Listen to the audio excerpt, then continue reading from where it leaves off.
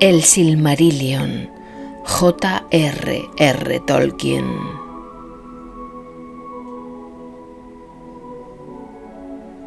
Capítulo 22. De la ruina de Doriath. Así concluyó la historia de Túrin Turambar.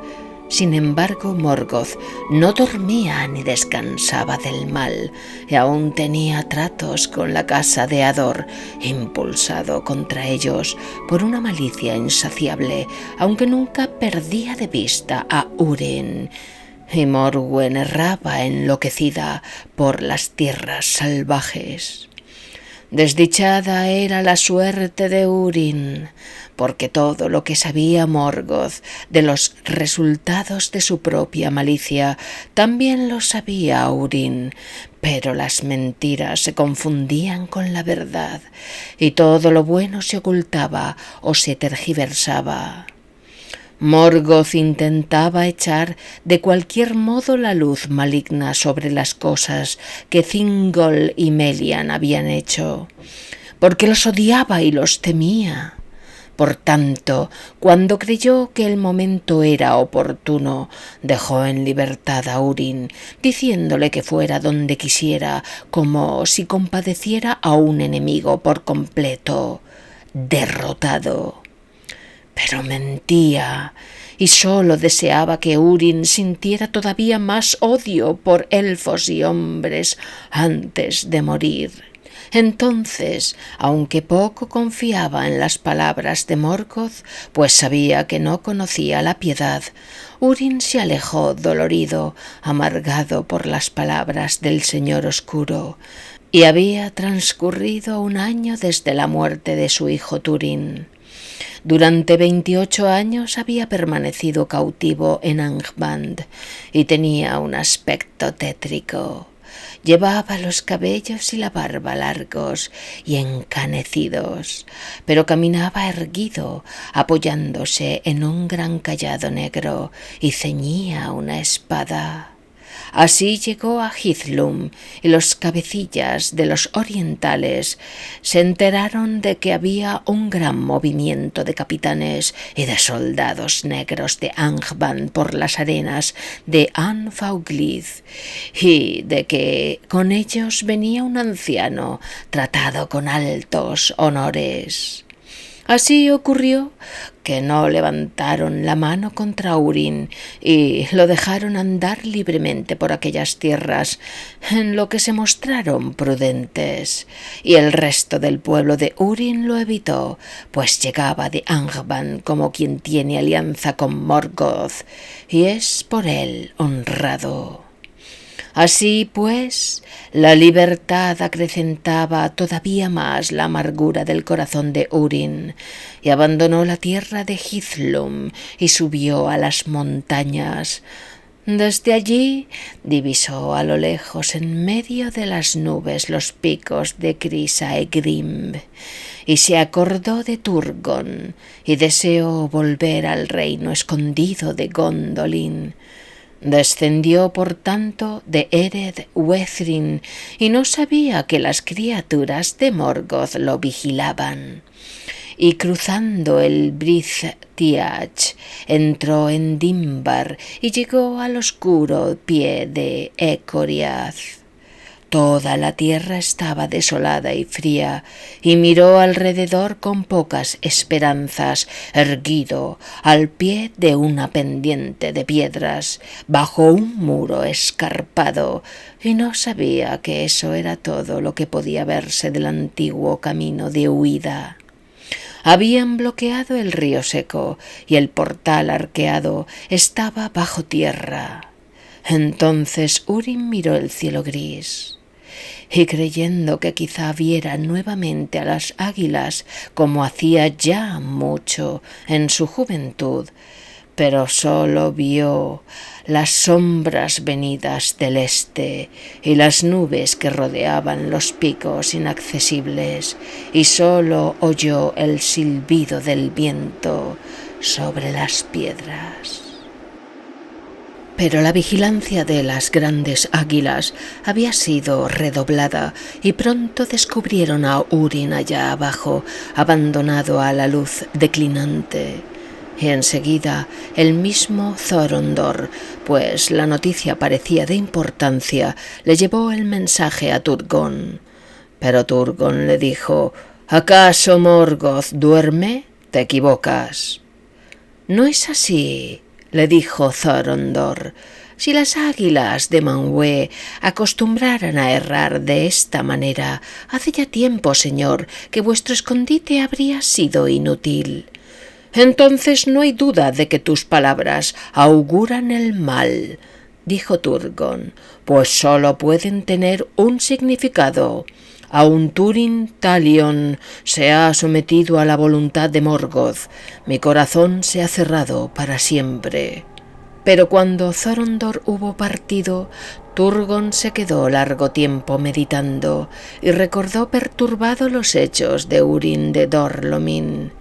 Y abrió su corazón y pidió a las águilas que buscaran a Húrin e intentaran traerlo a Gondolin, pero era demasiado tarde y no lo vieron más, ni a la luz ni a la sombra, porque Húrin estaba entonces desesperado, mirando los riscos silenciosos de las Ecoriath, y el sol poniente horadó las nubes y le tiñó de rojo los cabellos blancos. Entonces gritó en el desierto, sin importarle que nadie lo escuchara, y maldijo la tierra implacable, y de pie sobre una roca elevada miró por último hacia Gondolin y llamó en alta voz: «Turgon, Turgon, recuerda el marjal de Sherek. Oh, Turgon, ¿no me oyes en tus estancias ocultas?» Pero no había otro sonido que el del viento en las hierbas secas. «Así silbaban en Sherek al ponerse el sol», dijo, y mientras hablaba el sol se puso tras las montañas de la sombra y una oscuridad cayó alrededor y el viento cesó y hubo silencio en el yermo. Pero quienes vigilaban a Húrin alcanzaron a oír lo que decía, y el mensaje llegó sin demora ante el trono oscuro del norte, y Morgoth sonrió, porque ahora sabía claramente en qué región moraba Turgon, aunque por causa de las águilas no había podido mandar ningún espía a que observara aquellas tierras detrás de las montañas circundantes. Este fue el primer mal que la libertad de Húrin trajo al mundo. Cuando se hizo la oscuridad, Húrin resbaló de la roca y cayó en un pesado sueño de dolor. Pero en el sueño oyó la voz de Morwen que se lamentaba y que lo llamaba una y otra vez, y le pareció que la voz venía de Brethil. Por tanto, cuando despertó, junto con la venida del día se puso de pie y regresó a Brithtiak, y, avanzando a lo largo del Brethil, llegó en la noche a los cruces del Teiglin. Los centinelas nocturnos lo vieron, pero se sintieron atemorizados, pues creían ver a un fantasma salido de un viejo túmulo de guerra y que ahora andaba en la oscuridad, y por eso Húrin no fue detenido. Y al fin llegó al sitio en que Glaurung había sido quemado y vio la piedra alta erguida a orillas de Cabez Nae-Ramath. Pero Húrin no miró la piedra, pues sabía lo que allí estaba escrito, y además había descubierto que no se encontraba solo. Sentada a la sombra de la piedra había una mujer inclinada de rodillas, y mientras Húrin la miraba en silencio, ella echó atrás la destrozada capucha y levantó la cara. Tenía el pelo cano y era vieja, pero de pronto las miradas de los dos se encontraron y él la reconoció porque aunque había espanto y frenesí en los ojos de ella, aún conservaba conservaban la luz que mucho tiempo atrás le había ganado el nombre de Eldwen, la más orgullosa y bella entre las mujeres mortales de antaño. «Has venido por fin», dijo ella. «He esperado demasiado». El camino era oscuro. «Vine como me fue posible», respondió él. «Pero has llegado demasiado tarde», le dijo Morwen. «Se han perdido». «Lo sé», dijo él, «pero tú no». Pero Morwen dijo: «Casi.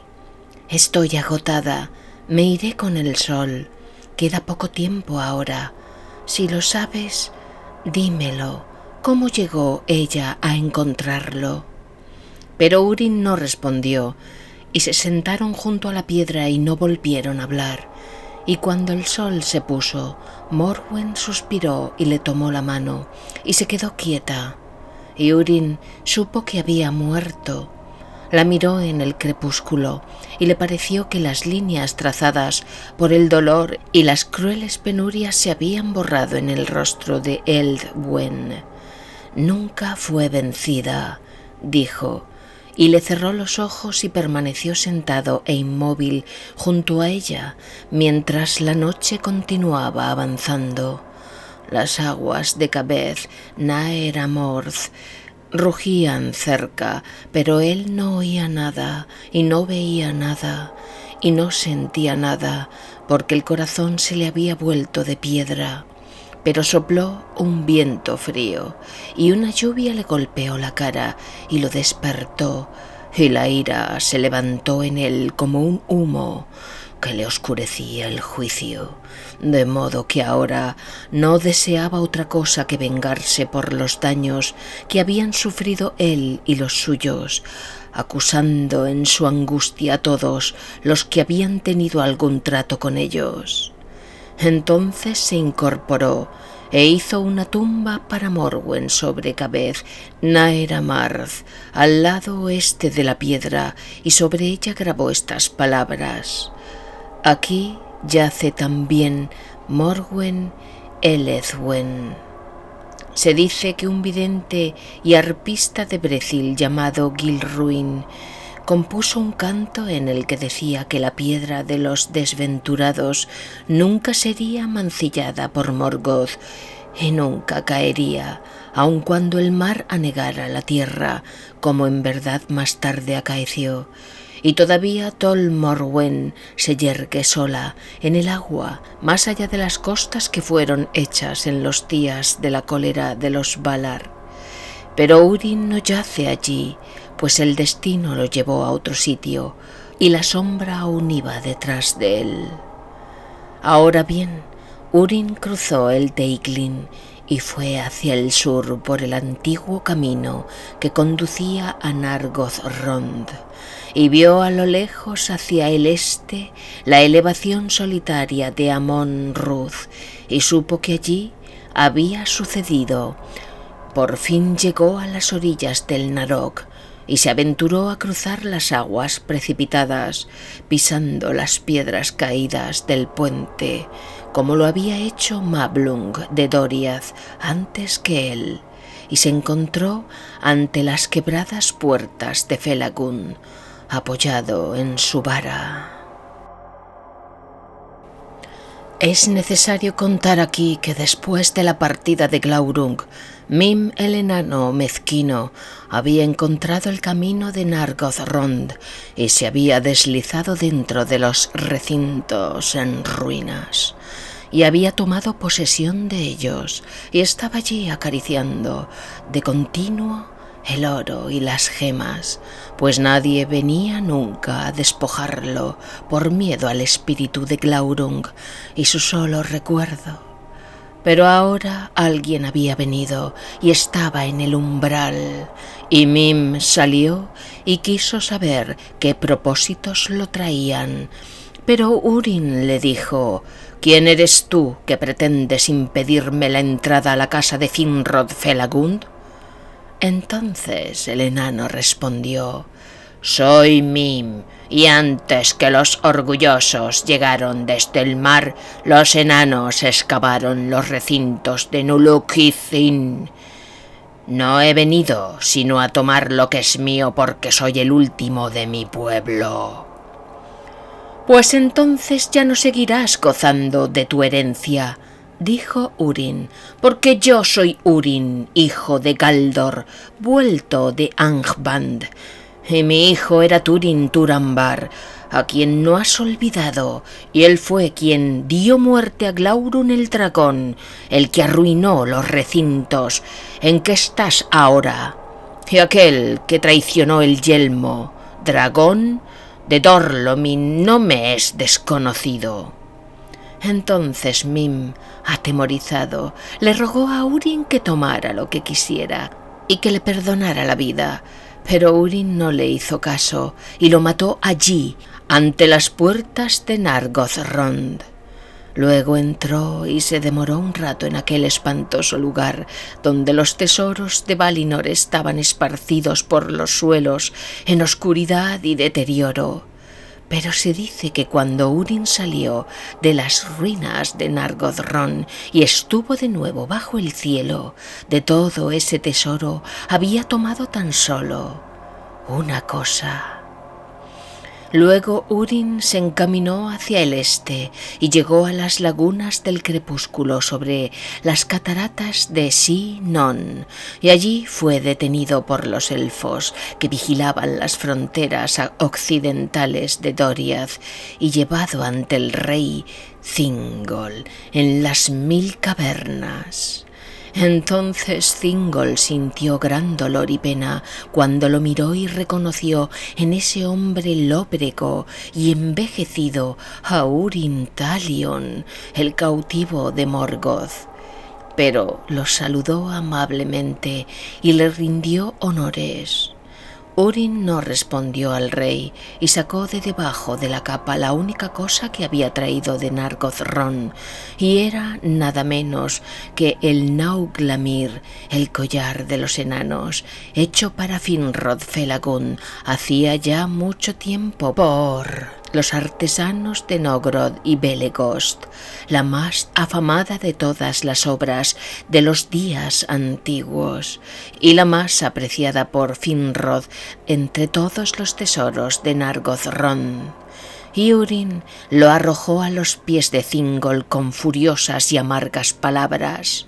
«¡Recibe la paga!», exclamó, «por lo bien que has cuidado de mis hijos y mi esposa, porque este es el Nauglamir, cuyo nombre es conocido entre muchos, entre los elfos y los hombres, y te lo traigo desde la oscuridad de Nargothrond, donde Finrod, tu padre, lo dejó cuando partió con Beren, hijo de Barahir, para cumplir el cometido de Thingol de Doriath».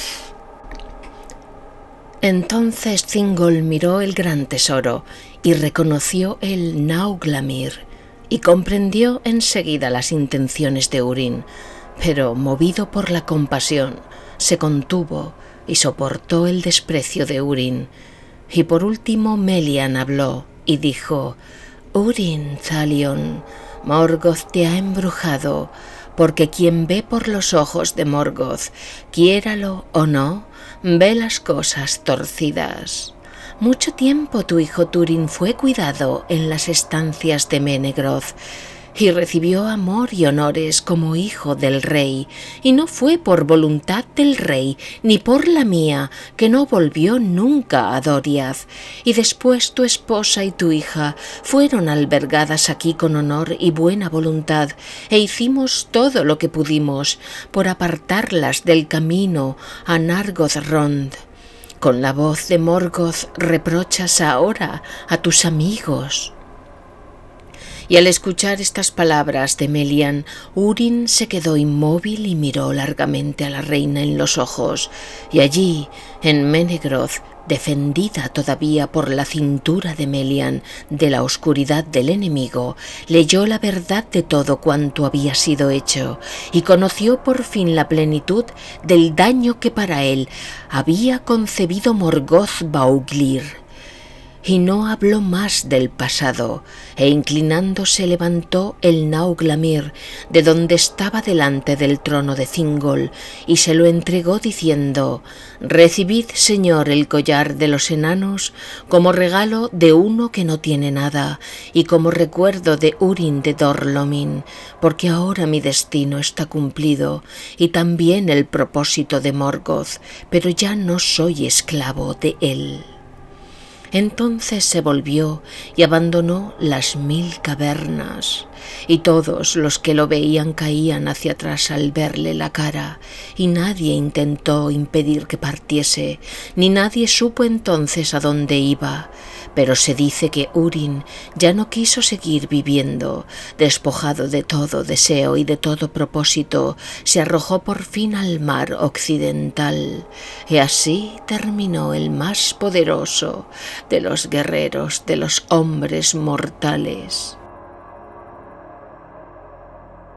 Pero cuando Húrin se hubo marchado de Menegroth, Thingol permaneció largo tiempo en silencio, mirando el gran tesoro que tenía sobre las rodillas, y pensó que tenía que ser rehecho y que en él había que engarzar el Silmaril, porque al paso de los años el pensamiento de Thingol había vuelto una y otra vez a la joya de Fëanor, y al fin se apegó a ella y no le gustaba dejarla ni siquiera tras las puertas de su cámara más profunda, y ahora estaba decidido a llevarla siempre consigo, despierto o dormido.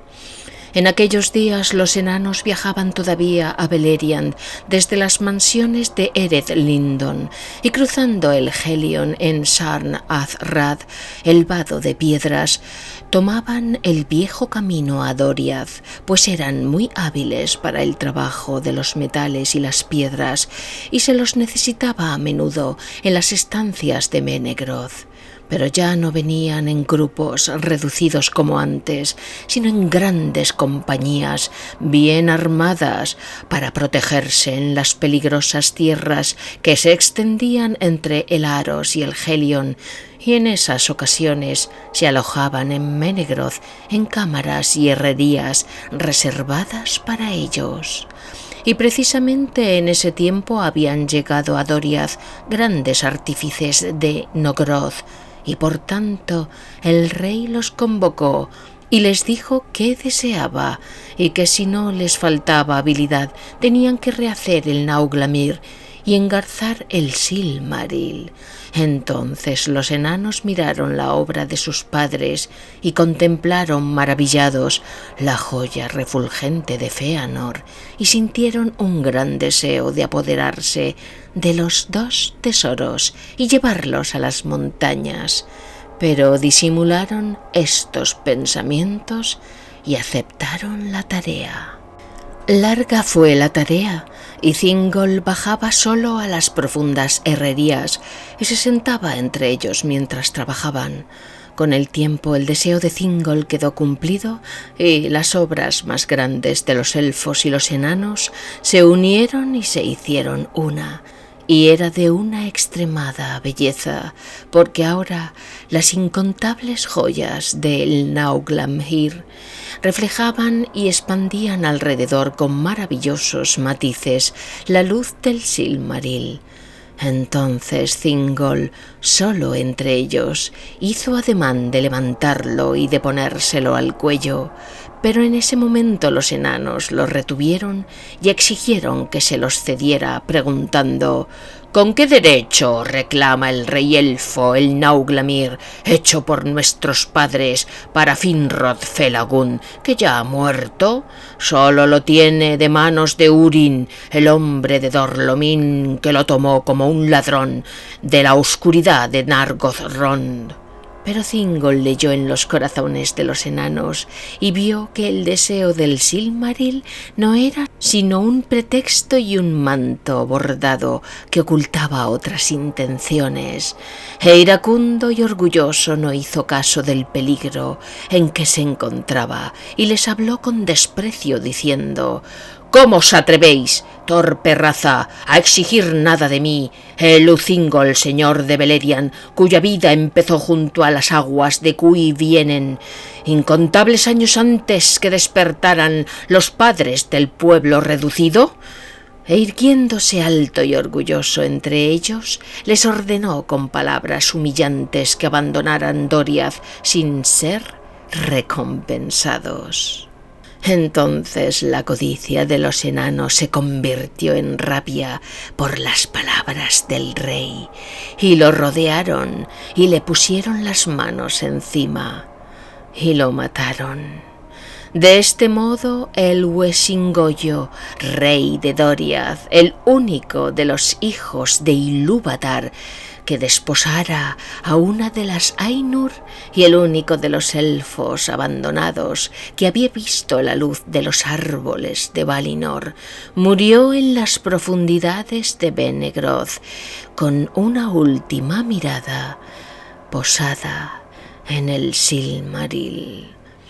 Entonces los enanos recogieron el Nauglamir y abandonaron Menegroth y huyeron hacia el este a través de Región.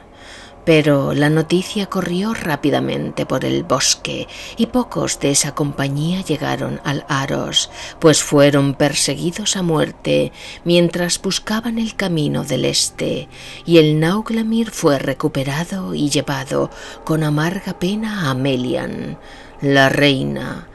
No obstante, 2 fueron los asesinos de Thingol que escaparon a la persecución por las fronteras del este y volvieron por fin a la ciudad lejana de las montañas azules, y allí en Nogroth contaron en parte lo sucedido, diciendo que los enanos habían sido muertos en Doriath por orden del rey elfo para no darles así la prometida recompensa. Entonces muy grandes fueron la ira y las lamentaciones de los enanos de Nagroth por la muerte de sus hermanos y de sus grandes artífices, y se mesaron las barbas y gimieron, y durante mucho tiempo meditaron vengarse. Se dice que pidieron la ayuda de Belegost, que les fue negada, y que los enanos de Belegos intentaron disuadirlos, pero de nada les valió este consejo.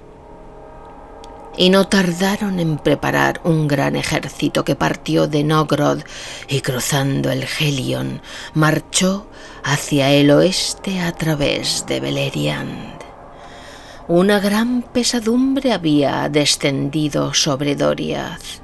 Melian se quedaba largo rato sentada en silencio junto a Thingol el rey, recordando los años iluminados por las estrellas y la primera vez que se encontraron entre los ruiseñores de Nan el Moth en edades anteriores, y sabía que la despedida de Thingol anunciaba una despedida todavía mayor, y que el destino de Doriath estaba próximo a cumplirse, porque Melian era de la raza divina de los Valar, una maya de gran poder y sabiduría, aunque por amor a el Huesingoyo había adoptado la forma de los hijos mayores de Ilúvatar, y con esa unión quedó atada por las cadenas y trabas de la carne de Arda.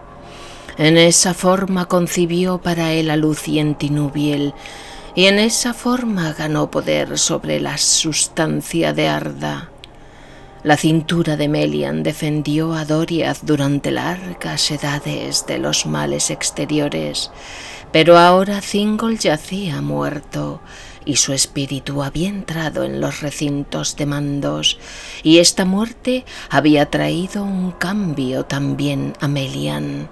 Así fue que el poder de ella se retiró por ese tiempo de los bosques de Neldoreth y Región, y el Esgauldin, el río encantado, habló con una voz diferente, y Doriath quedó abierta a los enemigos. En adelante Melian habló solo con Mablung, pidiéndole que cuidara del Silmaril y transmitiera sin demora la nueva a Beren y Lúthien en Osiriand, y desapareció de la Tierra Media y pasó a la tierra de los Valar, más allá del mar occidental, para llorar su dolor en los jardines de Lórien, de donde había venido, y en esta historia nada más se dice de ella. Así fue que el ejército de los Naugrim, cruzando el Aros, penetró sin ser estorbado en los bosques de Doriath, y nadie les opuso resistencia, pues eran muchos y feroces, y los capitanes de los elfos grises titubearon y se desesperaron, y fueron de aquí para allá sin objeto alguno. Pero los enanos siguieron adelante y cruzaron el gran puente y penetraron en Menegroth, y allí ocurrió uno de los hechos más dolorosos de los días antiguos, porque se libró una batalla en las 1000 cavernas, y muchos enanos y elfos murieron, y esto no se olvidó.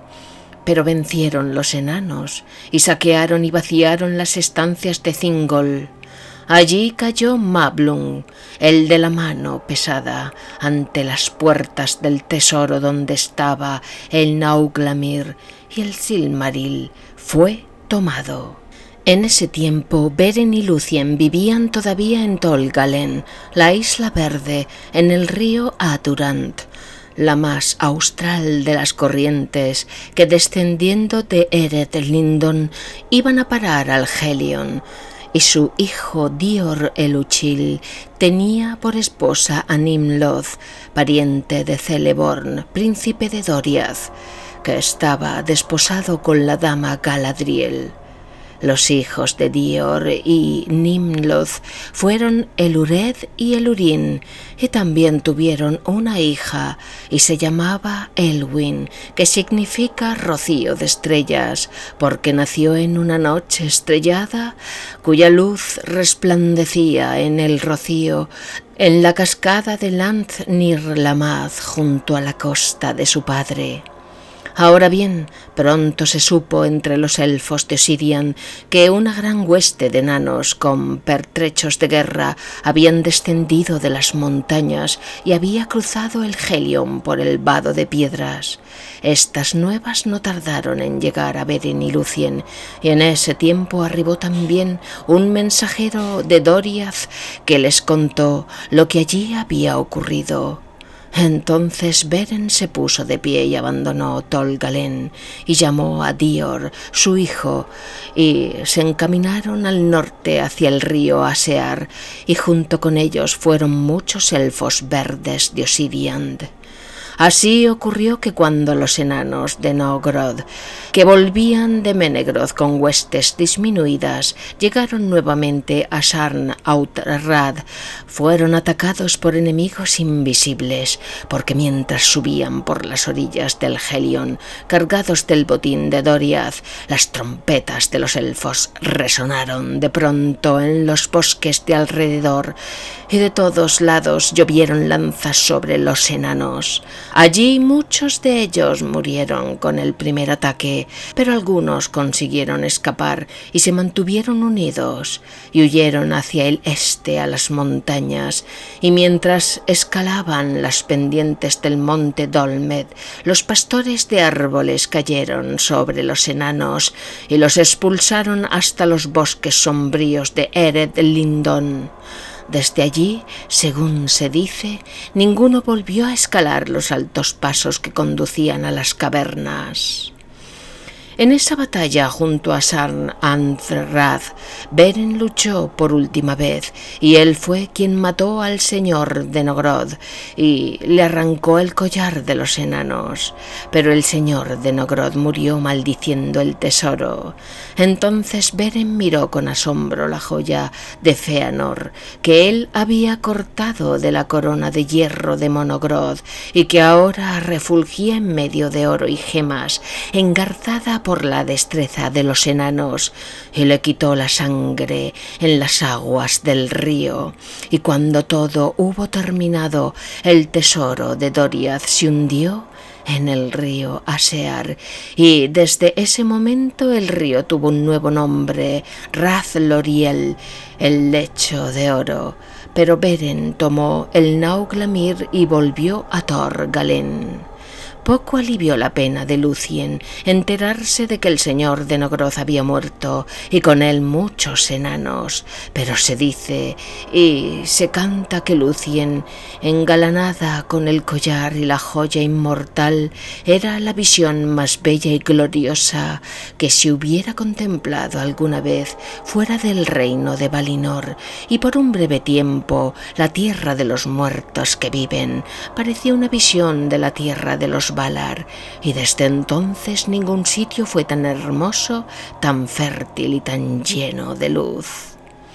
Ahora bien, Dior, el heredero de Thingol, se despidió de Beren y de Lúthien, abandonando Lancir Lamath con su esposa Nimloth, y fue a Menegroth e hizo allí su morada, y con ellos fueron sus jóvenes hijos, el Urred y el Urín y su hija Elwyn.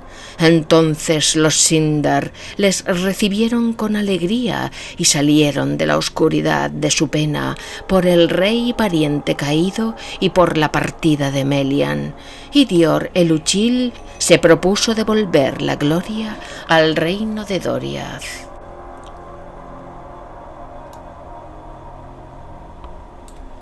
Una noche de otoño, ya tarde, alguien llegó y llamó a las puertas de Menegroth, pidiendo ser admitido ante el rey. Era un señor de los elfos verdes, que venía apresurado de Osiriand, y los guardianes lo condujeron a la cámara donde Dior se encontraba solo. Y allí, en silencio, el elfo le dio al rey un cofre y se despidió. Pero ese cofre guardaba el collar de los enanos en que estaba engarzado el Silmaril, y al verlo Dior reconoció el signo de que Beren Ercamion y Lúthien Tinuviel habían muerto de verdad, y habían ido a donde la raza de los hombres, a un destino más allá del mundo. Durante mucho tiempo contempló Dior el Silmaril, que más allá de toda esperanza su padre y su madre habían traído del terror de Morgoth, y mucho se dolió de que la muerte los hubiera sorprendido tan temprano. Pero dicen los sabios que el Silmaril apresuró su fin, porque la llama de la belleza de Lúthien era demasiado brillante para tierras mortales. Entonces Dior se puso en pie y se prendió el Nauglamir en torno al cuello, y era ahora el más hermoso de todos los hijos del mundo de las tres razas, la de los Edain, la de los Eldar y la de los Maiar del reino bendecido. Pero cundió el rumor entre los elfos dispersos de Beleriand de que Dior, el heredero de Thingol, llevaba el Nauglamir, y dijeron: «Un Silmaril de Fëanor arde de nuevo en los bosques de Doriath». Y el juramento de los hijos de Fëanor despertó otra vez, porque mientras Lúthien llevaba el collar de los enanos, ningún elfo se habría atrevido a atacarla. Pero ahora, al enterarse de la renovación de Doriath y del orgullo de Dior, los 7 elfos abandonaron la vida errante y volvieron a reunirse, y le enviaron mensajeros a Dior reclamando la posesión del Silmaril. Pero Dior no dio respuesta a los hijos de Fëanor, y Celegorm instó a sus hermanos a que atacaran a Doriath. Llegaron inadvertidos en pleno invierno y lucharon con Dior en las 1000 cavernas, y así ocurrió la segunda matanza de elfos por elfos. Allí cayó Celegorm a manos de Dior, y allí cayeron Curufin y el oscuro Caranthir. Pero Dior fue también muerto, y Nimloth su esposa y los crueles sirvientes de Celegorm se apoderaron de los jóvenes hijos y los dejaron abandonados en el bosque para que murieran de hambre. De esto en verdad se arrepintió Maedhros y los buscó largo tiempo en los bosques de Doriath, pero de nada le valió la búsqueda, y del hado de Elureth y Elurin no se cuenta ninguna historia. Así fue destruida Doriath y nunca volvió a levantarse, pero los hijos de Fëanor no obtuvieron lo que buscaban, porque un resto del pueblo huyó ante ellos, y con él iba Elwyn, hija de Dior, y escaparon, y llevando consigo el Silmaril, llegaron con el tiempo a las desembocaduras del Sirion, junto al mar.